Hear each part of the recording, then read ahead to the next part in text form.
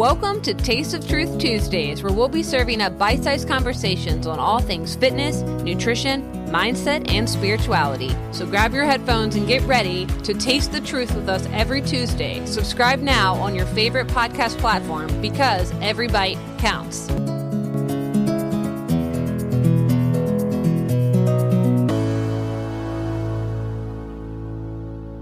Hey, welcome back to Taste of Truth Tuesdays. Last episode, America's Not Gilead, Calm Down, was a spicy one, and apparently y'all are here for it. We hit 859 downloads, so thank you all for tuning in, sharing, and riding that wave with me. But today we are shifting gears. There is enough chaos in the current news cycle to make anyone dizzy, and honestly, we need a breather from the present. So instead of chasing headlines, we're going back in time. Today's episode is about buried truth, forgotten cemeteries, white coats with dark legacies, and the disturbing roots of modern psychiatry. We are peeling back the polished surface of mental health to expose the pseudoscientific, eugenics-laced ideology that helped shape it. This one isn't light. No, but it is important because what we're told is compassion often masks control. Because the scariest forms of control don't always come with sirens and handcuffs. Sometimes they wear stethoscopes and call it care. Dogma in a lab coat.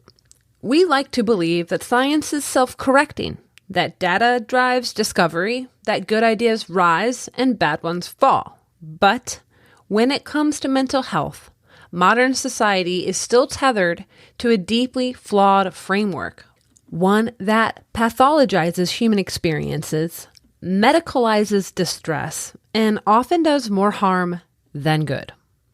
Psychiatry has long promised progress, yet history tells a much different story. From outdated treatments like bloodletting to today's overprescription of SSRIs, we've traded one blind faith for another.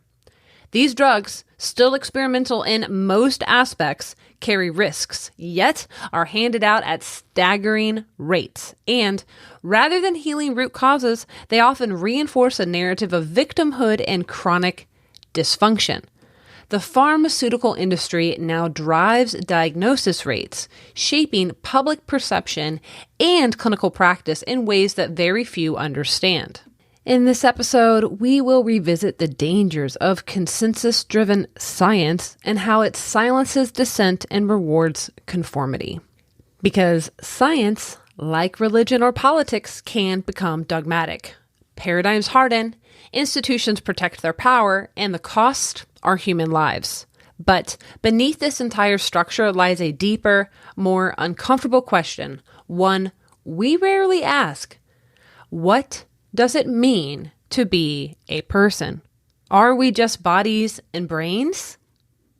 Repairable, programmable, and replaceable? Or is there something more? Is consciousness a glitch of chemistry? Or is it a window into the soul? Modern psychiatry doesn't just treat symptoms, it defines the boundaries of personhood. It tells us who counts, who's disordered, who can be trusted with autonomy, and who cannot. But what if those definitions are wrong? We've talked about the risks of unquestioned paradigms, how ideas become dogma and dogma becomes control. In a past episode, it was called How Dogma Limits Progress in Fitness, Nutrition, and Spirituality. We've explored Rupert Sheldrake's challenge to the dominant scientific worldview. He argues that science itself has become a belief system, closing itself off to any dissent. His TED Talk was removed because they called it pseudoscience, but many saw it as an attempt to protect the status quo, the high priest of data and imperialism, silencing heresy in the name of progress. And we will be revisiting his work later on in our conversation.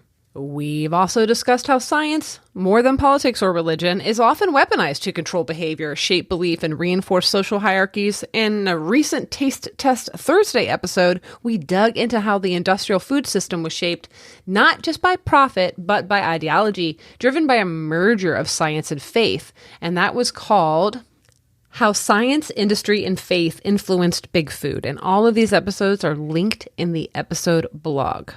This framework that science is never truly neutral becomes especially chilling when you look at the history of psychiatry.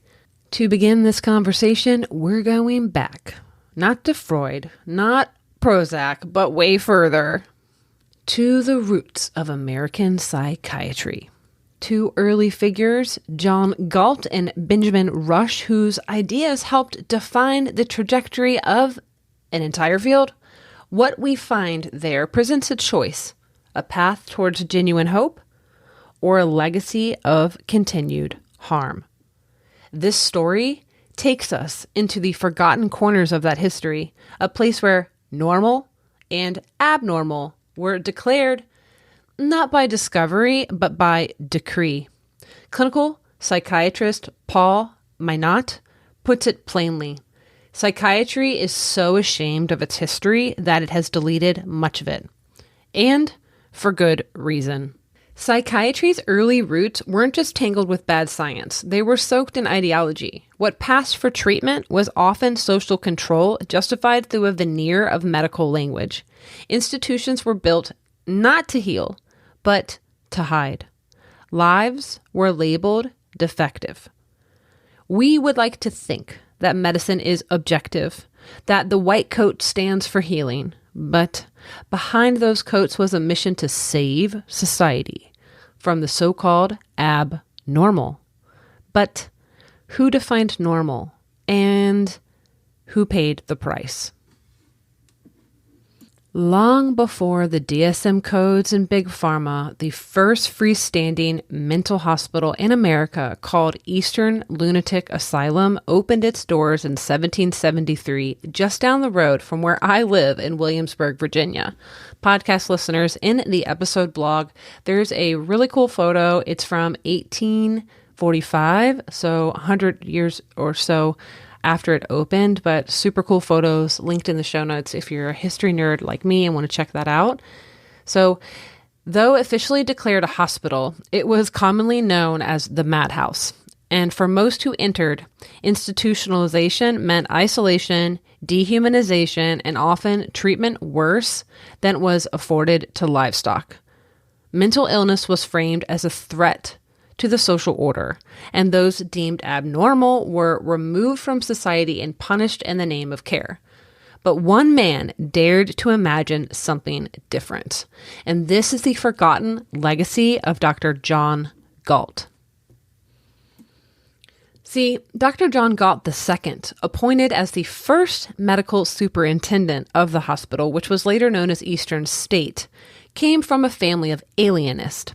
And that is an old-fashioned term for early psychiatrist. And it comes from the Latin alienus, meaning other or stranger, and referred to those considered mentally alienated from themselves or society. Today, of course, the word alien has taken on very different connotations, especially in the heated political debates over immigration, and it's worth clarifying. The historical use of alienist has nothing to do with immigration or nationality. It was a clinical label tied to 19th century psychiatry, not race or citizenship, but like many terms, it's often misunderstood or manipulated in modern discourse. So back to the story. Galt notably broke with the harsh legacy of many alienists of his time. Inspired by French psychiatrist Philippe Pinel, often credited to be the first true psychiatrist, Galt embraced a radically compassionate model known now as moral therapy. Where others saw madness as a threat to be controlled, Galt saw suffering that could be soothed. He believed the mentally ill deserved dignity, freedom, and individualized care, not chains or punishment. He refused to segregate patients by race. He treated enslaved people alongside the free, and he opposed the rising belief already popular among his fellow psychiatrists that madness was simply inherited, that the mad were unworthy of full personhood. Rather than seeing madness as a biological defect to be subdued or cured, Galt and Pinel viewed it as a crisis of the soul. Their methods rejected medical manipulation and instead focused on restoring dignity. They believed that those struggling with mental affliction should be treated not as deviants, but as ordinary people, worthy of love, freedom, and respect. Dr. Marshall Ledger, founder and editor of Penn Medicine, once quoted historian Nancy Thomas to summarize this period. Medical science in this period contributed to the understanding of mental illness, but patient care improved less because of any medical advance than because of one simple factor: Christian charity and common sense. Galt's Asylum was one of the only institutions in the United States that would treat enslaved people and free Black patients equally, and even to employ some of them as caregivers. He insisted that every person, regardless of race, had a soul that was equal moral worth. His belief in equality and metaphysical healing put him at odds with nearly every other psychiatrist of his time, and boy, he paid the price. You see, the psychiatric establishment, closely allied with state power and emerging medical industrial interest, rejected his human-centered model. Most psychiatrists of the era endorsed slavery and upheld racist pseudoscience. The prevailing consensus was rooted in hereditary determinism, that madness and criminality were genetically transmitted, particularly among the unfit. And this growing belief that mental illness was a biological flaw to be medically managed was not just a scientific view, but it's more of an ideological one. Had Galt's model of moral therapy been embraced more broadly, it would have undermined the growing assumption that biology and state-run institutions offered the only path to sanity. It would have challenged the idea that human suffering could and should be controlled by external authorities. Instead, psychiatry aligned with power. Moral therapy was quietly abandoned, Galt actually committed suicide, and the field moved steadily towards the medicalized, racialized, and state-controlled version of mental health that would pave the way for both eugenics and the modern pharmaceutical regime. Long before Nazi Germany, long before the Eugenics Record Office, which we'll talk about in a second, and long before the sterilization laws and IQ test, there was Dr. Benjamin Rush, signer of the Declaration of Independence, founder of the first American medical school, and the man still honored as the father of American psychiatry. His portrait hangs today in the headquarters of American Psychiatric Association. And though many historians point to Francis Galton as the father of eugenics, it was Rush, nearly a century earlier, who laid much of the ideological groundwork. He argued that mental illness was biologically determined and hereditary. And he didn't stop there. Rush infamously diagnosed blackness itself as a form of disease, what he called negritude. He theorized that Black people suffered from a kind of leprosy and that their skin color and behavior could, in theory, be cured. It was really disturbing reading up about this. He also tied criminality, alcoholism, and madness to inherited degeneracy, particularly among poor and non-white populations. So these ideas found a troubling ally in Charles Darwin's emerging theories of evolution and hereditary. And so, sure, Darwin's work was a big deal in biology. It was often misused to justify racist notions of racial hierarchy and biological determinism. And Rush's medical theories, they went mainstream and were deeply influential, shaping generations of physicians and psychiatrists. Together, these ideas reinforced the belief that social deviance and mental illness were rooted in faulty bloodlines, pseudoscientific reasoning that provided the veneer of legitimacy to racism, and social control within medicine and psychiatry. So this isn't in the blog. I just want to go off riff real quick. So when I was reading about this, the decolonize mental health and some of the aspects that we've talked about in a previous episode, when I mentioned how, mental health has been ideological captured, I was like, well, I don't think it's ever not been ideologically captured, first and foremost. I think just what we're seeing is the pendulum was from one side, now it's swung all the way to the other, where critical race theory and anti-racism are taking place. But reading the history of this was really, really dark. And it just gave me some pause to consider some things. And I mean, we're just getting started with the dark history, and we haven't even gotten really into the eugenics stuff yet. And of course, a lot of us in the conspiracy theory world or conservative world know about the eugenics background of Planned Parenthood. And so I'm not going to get into that, but we certainly could. But let's get back to Rush. So I think the tragic irony is Rush, he was advocating for humane treatment of the mentally ill in context of where they were at the time and in certain respects.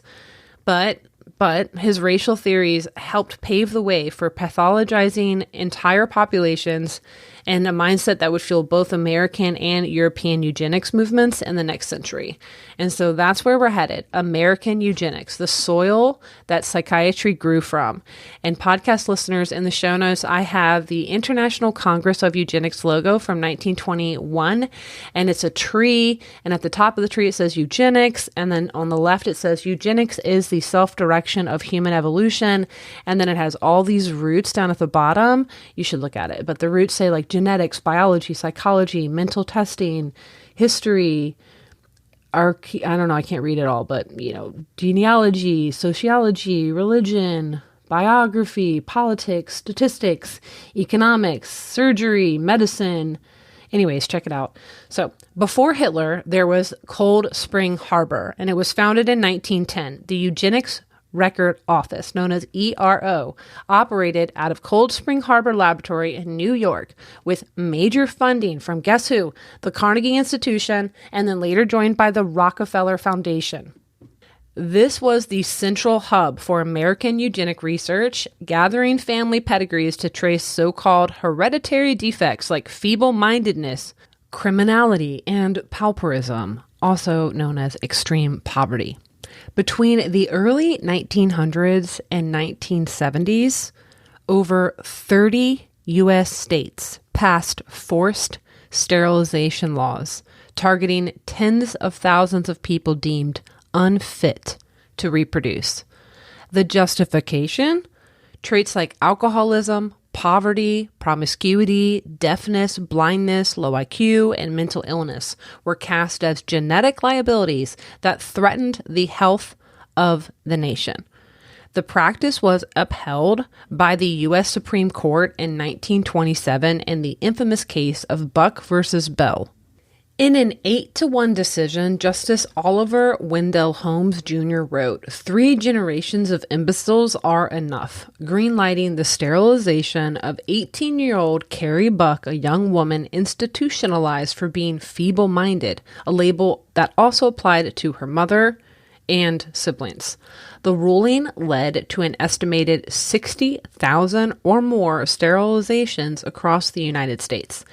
And yes, those sterilizations disproportionately targeted African American, Native American, and Latina women without informed consent.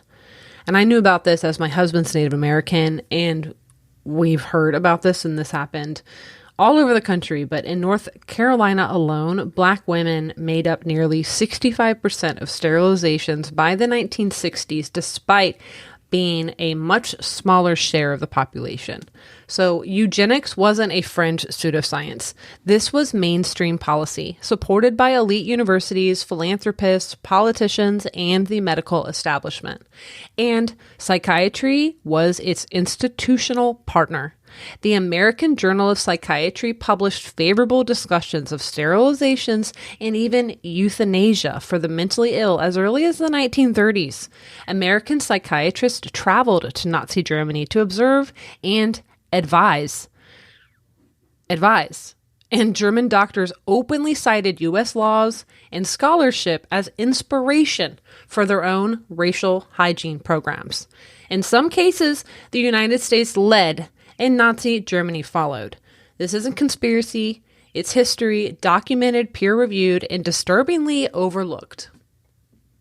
From ideology to institution. So by the early 20th century, the groundwork had been laid. Psychiatry had evolved from a fringe field rooted in speculation and racial ideology into a powerful institutional force backed by university, governments, and the courts. But its foundation was still deeply compromised. What had begun with Benjamin Rush's biological deterministic theories and America's eugenic policies now matured into a formalized doctrine, one that treated human suffering not as relational or a spiritual crisis, but as a defect to be categorized, corrected, or eliminated. This is where we come to the 5 core doctrines of the modern psychiatry era. See, these 5 doctrines weren't abandoned after World War II. They were rebranded, exported, and quietly absorbed into the foundations of American psychiatry. Number 1, the elimination of subjectivity. Patients were no longer seen as people with stories, pain, or meaning. They were seen as a bundle of symptoms. Suffering was abstracted into clinical checklist. The Diagnostic and Statistical Manual of Mental Disorders, the DSM, became the gold standard. Not because it offered clear science, but because it offered utility, a standardized language that served pharmaceutical companies, insurance billing, and bureaucratic control. If you could name it, you could code it and medicate it. Number 2, the eradication of spiritual and moral meaning. This one's huge. Struggles once understood through relational, existential, or moral frameworks were stripped of that depth. Grief became depression. Anger became oppositional defiance. Existential despair was reduced to a neurotransmitter imbalance. The soul was erased from the conversation. And as Daniel Berger notes, which is one of the books I was reading, suffering was no longer something to be witnessed or explored. It became something to be treated as quickly and as quietly as possible. Number 3, a term you've heard a lot, biological determinism. So mental illness was redefined as the inevitable result of faulty genes or a broken brain chemistry, even though there's no consistent biological markers have ever been found. The chemical imbalance theory, aggressively marketed throughout the late 20th century, was never scientifically validated, yet it persists in part because it sells. Selective serotonin reuptake inhibitors, SSRIs, are still widely prescribed. They were promoted on this flawed premise, despite studies showing they often perform no better than placebo and come with serious side effects, including emotional blunting, dependence, and sexual dysfunction.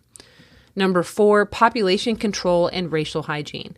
So in Germany, this meant sterilizing and exterminating those labeled of life unworthy. In the U.S., it meant forced sterilizations of African American and Native American women, institutionalizing the poor, the disabled, and the non-conforming. These weren't fringe politics. They were mainstream, upheld by law, and supported by leading psychiatrists and journals.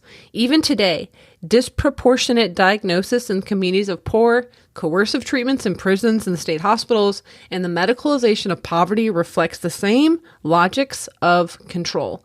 And number 5, the use of institutions for social order. Hospitals became tools for enforcing conformity. Psychiatry wasn't just about healing, it was about managing the unmanageable, quieting the inconvenient, and keeping society orderly. From lobotomies to electroshock therapy to modern-day involuntary holds, psychiatry has long straddled the line between medicine and discipline. Coercive treatment continues under new names like community treatment orders, chemical restraints, and state-mandated compliance. These doctrines were not discarded after the fall of Nazi Germany.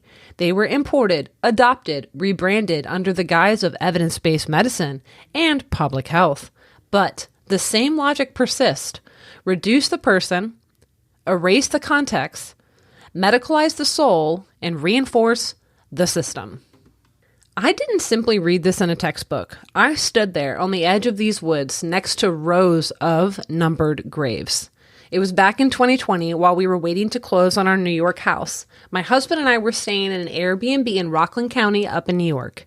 And while we were walking the dogs one morning, nearing the end of Call Hollow Road, there's a wide path dividing a thick woodland, and we came across a memorial stone. Those who shall not be forgotten.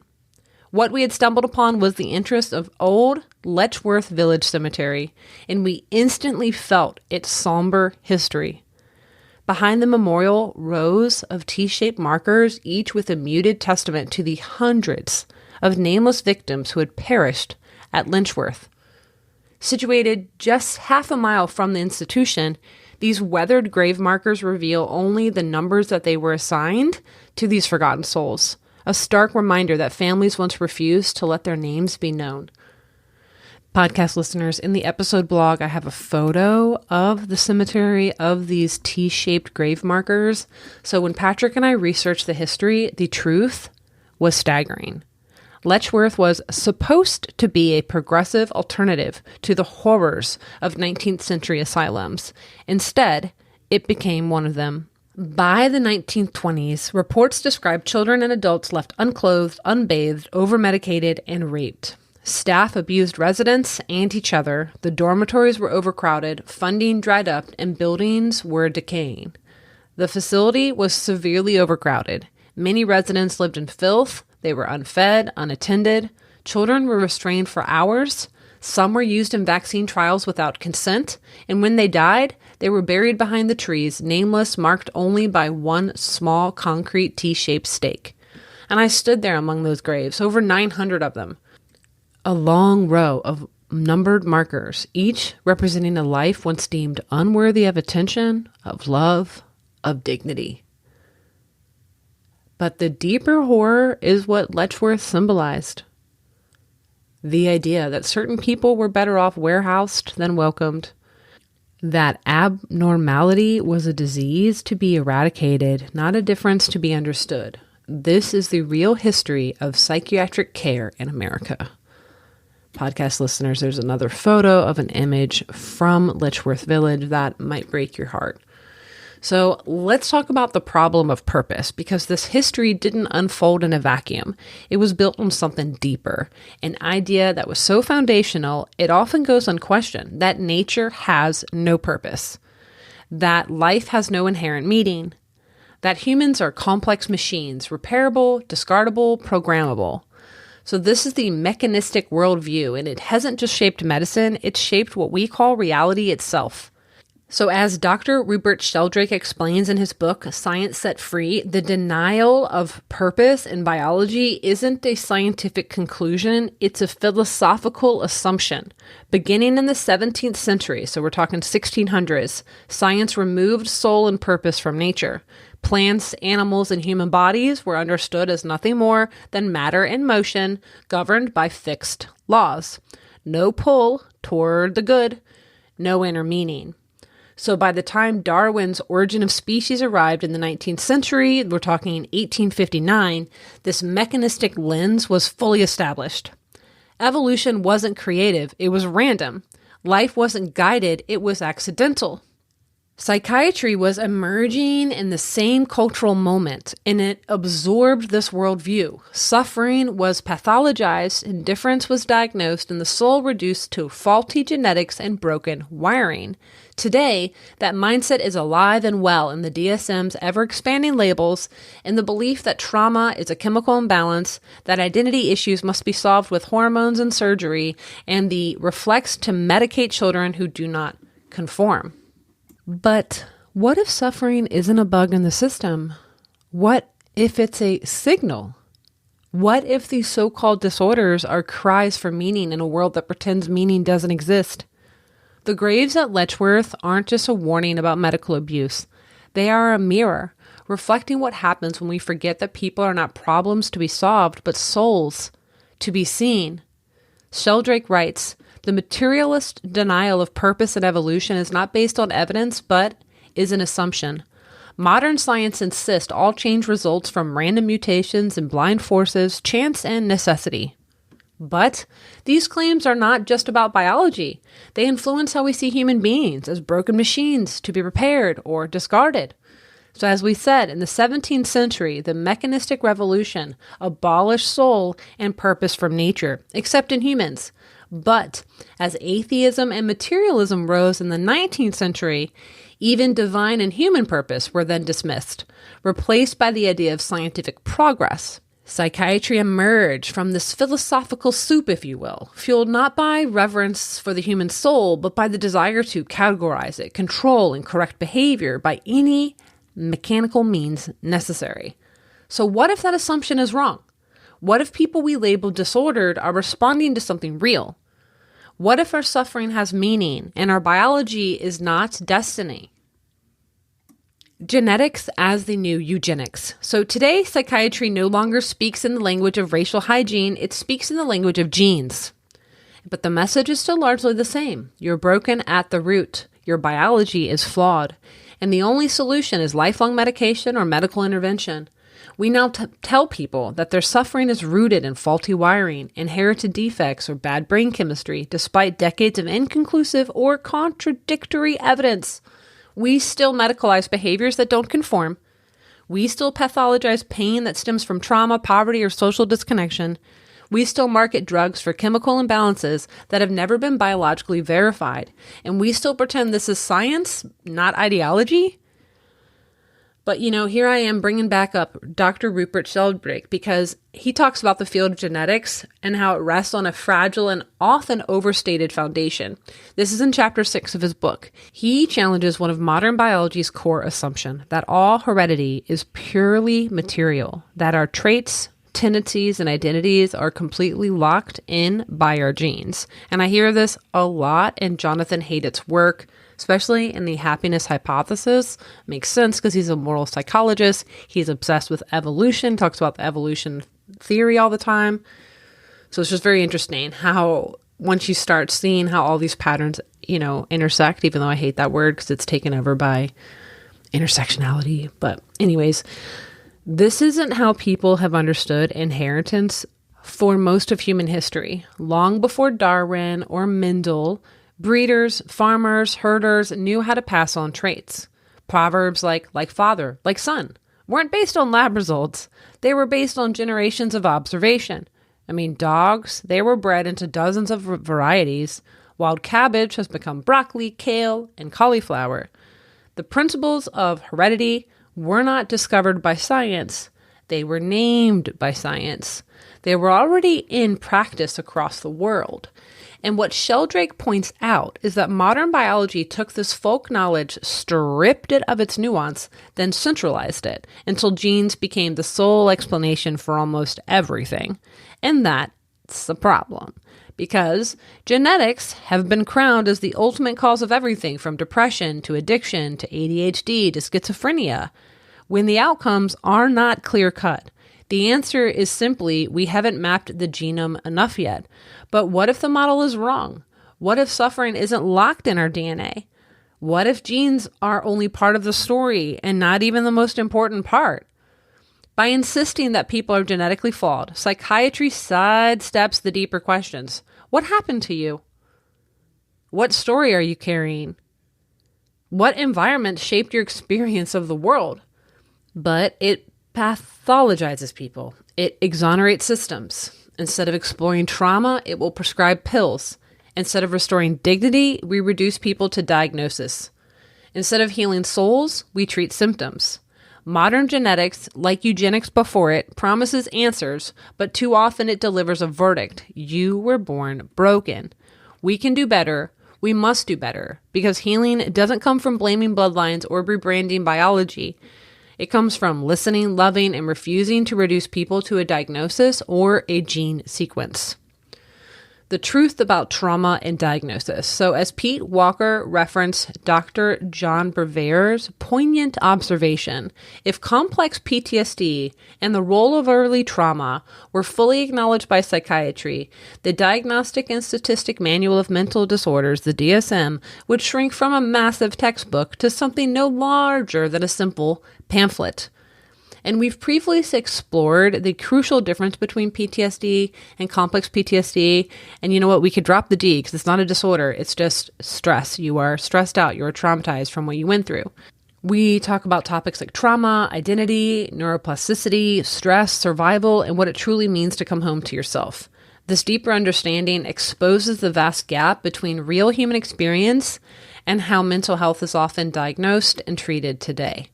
Instead of addressing trauma with truth and compassion, the system expands diagnostic criteria, medicalizes pain, and silences those who suffer.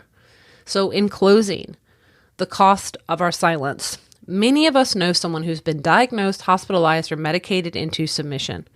Some of us have been that person. And we were told that this is progress, that this is compassion, that this is care.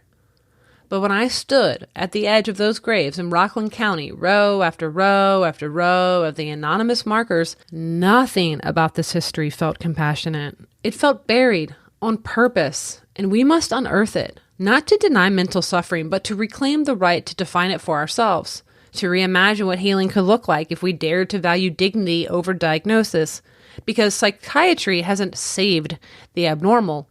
It has often silenced, sterilized, and sacrificed them. It is named pain as a disorder, difference as a defect, trauma as a pathology. The DSM is not a Bible. The white coat is not a priesthood, and genetics is not destiny. We need better language, better question, and better ways of relating to each other's pain. And this brings us full circle to the man most people have never heard of, Dr. John Galt II. Nearly 200 years ago, here in Williamsburg, Virginia, Galt ran the first freestanding mental hospital in America. But unlike many of his peers, he rejected chains, cruelty, or coercion. He embraced what he called moral treatment, an approach rooted in truth, love, and human dignity. Galt didn't see the insane as dangerous or defective. He saw them as souls. He was influenced by Philippe Pinel, the French physician who famously removed shackles from the asylum patients in Paris. Together, these early reformers dared to believe what healing began not with force, but with presence, with relationship, with care. Galt refused to segregate patients by race. He treated enslaved people alongside the free, and he opposed the rising belief, already popular among his fellow psychiatrists, that madness was simply inherited and that the mad were unworthy of full personhood. But what does it mean to recognize someone's personhood? Personhood is more than just being alive or having a body. It's about being seen as a full human being with inherent dignity, moral worth, and rights, someone whose inner life, choices, and experiences matter. Recognizing personhood means acknowledging the whole person beyond any diagnosis, disability, or social status. The question isn't just philosophical. It's deeply practical and contested. It's at the heart of debates over mental health care, disability rights, euthanasia, and even abortion. Like, when does a baby become a person? When does someone with a mental illness or cognitive difference gain full moral consideration? These debates all circle back to how we define humanity itself. In the book, Losing Our Dignity, How Secularized Medicine is Undermining Fundamental Human Equality, Charles C. Camosy, C-A-M-O-S-Y, warns that secular, mechanistic medicine can strip people down to biological parts, genes, symptoms, behaviors, rather than seeing them as a full person. This reduction risks denying people of their dignity and the respect that comes with being more than the sum of their medical conditions. Galt's approach stood against this reduction. He saw patients as complex individuals with stories and struggles deserving compassion and respect, not just cases to be categorized or disorders to be fixed. To truly recognize personhood is to honor the complexity and to affirm that every individual, regardless of race, mental health, or social status, has the equal claim to dignity and care. But Galt's approach was pushed aside. Why? Because it didn't serve the state. Because it didn't serve power. Because it didn't make money. Today, we see a similar rejection of truth and compassion. When a child in distress is told they were born in the wrong body, we call that gender-affirming care. When a woman, desperate to be understood, is handed a borderline personality disorder label instead. When medications with severe side effects are pushed as the only solution, we call that science. But are we healing the person or managing the symptoms? Are we meeting the soul or erasing it? We've medicalized the human condition, and too often we've called that progress. We've spoken before about the damage done by biblical counseling programs when therapy has replaced doctrine, and how evangelical frameworks often dismiss pain as rebellion, frame anger as sin, and pressure survivors into premature forgiveness. But it seems the secular system is often no better. A model that sees people as nothing more than biology and brain chemistry that may wear a lab coat instead of a collar, but it still demands submission. Both systems can bypass the human being right there in front of them. Both can serve control over compassion. Both can silence pain in the name of order. What we truly need is something deeper. To be seen, to be heard, to be honored in our complexity, not to be reduced to a diagnosis or a moral failing. I mean, it's time to stop. It's time to remember that human suffering is not a clinical flaw. It's time to remember the metaphysical soul, the psyche. Our emotional pain is not a chemical defect. That being different, distressed, or deeply wounded is not a disease. It's time to recover the wisdom of Dr. John Galt II, to treat those in pain not as problems to be solved, but as people to be seen. To offer truth and love, not labels, not sterilizing surgeries and lifelong prescriptions. But if we don't, the graves will keep multiplying quietly, behind institutions, behind a silent we dare not to disturb. But we must disturb it, because they mattered, and truth matters. And the most powerful medicine has never been compliance or chemistry. It's been met with real humanity, being listened to, believed, not pathologized, not preached at, not controlled, but loved in the deepest, most grounded sense of the word, the kind of love that doesn't look away, the kind that tells the truth, even when it's costly, the kind that says, you're not broken, you are worth staying with, because to love someone like that is to truly recognize their humanity, and maybe that's the most radical act of all. And that's all I have for you today, folks. I have so many sources linked in the show notes per usual. I would love to hear your thoughts. And if you've yet to rate this podcast on Apple or Spotify with 5 stars, don't waste your time with anything but less than that. Why be a jerk? Please hook it up. It helps get this podcast into more listeners' ears. That's really helpful. Please share this on Substack. Text it to a homie, hit me up, let me know what you thought. I mean, I am very, very rarely on Instagram these days, but feel free to send me a message. I'll see it eventually. You can email me on tasteoftruth.com, and that's not a letter, that's a 0. It is a 0 in my logo, Taste of Truth. So anyways, I don't know when I'll have another episode coming, but when I feel the urge to make one, I will. And hang in there, guys. I know it's absolutely crazy. The big, beautiful bill, there's a clause in there that will not regulate AI for up to 10 years. It's like the federal government telling that the states, they can't regulate it. There's a lot of stuff going on with the technocracy. Oh my gosh. So buckle up, buttercups, because shit is going to get crazy. And with that, stay curious, embrace skepticism, and keep tuning in. Have a good week, a good summer, drink lots of water, and I'll talk to you soon.